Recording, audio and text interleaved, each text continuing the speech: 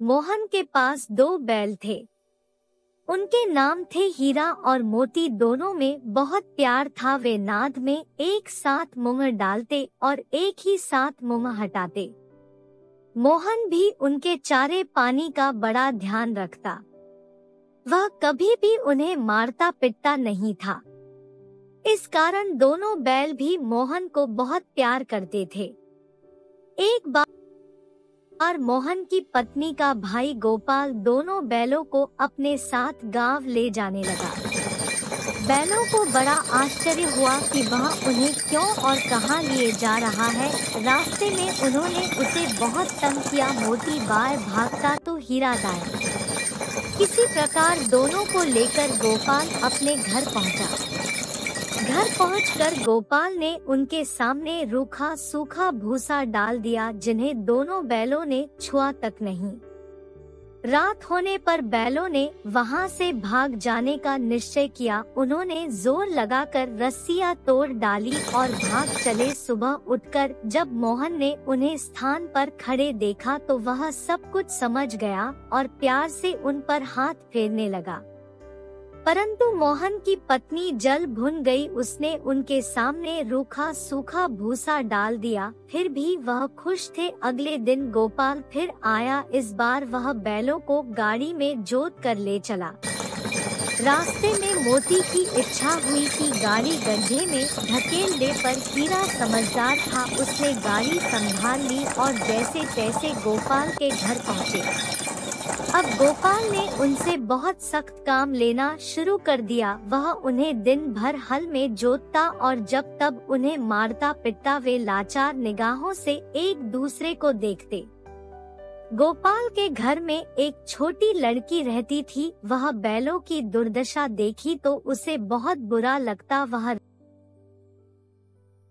रात को चुपके से उन्हें रोटी खिलती। दोनों बैल उसके प्यार के आगे अपमान और मार भूल जाते। एक दिन मोती रास्ते तोड़ने का प्रयास कर रहा था कि वह लड़की वहां आई और उसने दोनों बैलों को खोल दिया। दोनों वहां से भाग निकले।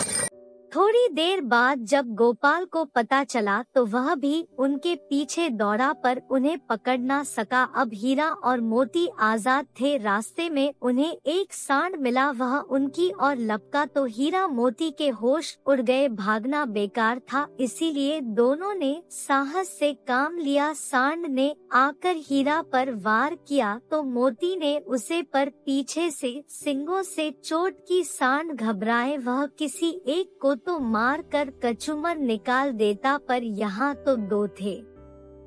मोती कुछ दूर उसके पीछे दौड़ा, पर हीरा ने उसे दूर न जाने दिया। दोनों अब बड़े प्रसन्न थे। आगे चले तो रास्ते में मटर का खेत दिखाई दिया। भूख तो लग ही रही थी। हरी हरी मटर देखकर उनकी भूख और भी तेज हो गई। वे खेत में घुस गए मटर खाने। अभी पीठ भर भी ना था कि खेत के रखवाले ने उन्हें देख लिया। उन्होंने उन्हें चारों ओर से घेरकर पकड़ लिया और गुप्ता फार्म में बंद कर दिया। हीरा और मोती ने देखा कि गुप्ता फार्म में और भी कई जानवर थे। भैंसे, घोड़े, गधे, बकरियां आदि सब की सब कमजोर और दुबले पतले। वहां किसी के लिए ना तो चरे का प्रबंध था ना पानी का। यहाँ कहाँ आपसे उन्होंने सोचा। रात हुई। मोती ने हीरा से कहा, अगर दीवार तोड़ दी जाए तो बाहर निकलना आसान हो जाएगा। उसने सींगों से दीवार गिरने का प्रयत्न किया। 2-4 चोटे में ही दीवार थोड़ी सी गिर गई। उसका उत्साह बढ़ा तो उसने और जोर से चोटें लगनी शुरू की। दीवार में रास्ता बनते ही पहले तो घोड़े भागे, फिर भैंसे और बकरियां। मोती ने गधों को भी सिंग मार मार कर भगा दिया। उसने हीरा से भी भाग चलने को कहा, पर हीरा ने मना कर दिया। सुबह होने पर गुप्ता फार्म वालों ने देखा तो उन्हें बड़ा आश्चर्य हुआ। उन्होंने हीरा और मोती को नीलाम कर दिया। नीलामी में सबसे ऊंची बोली बोलकर एक व्यापारी उन्हें खरीद ले गया।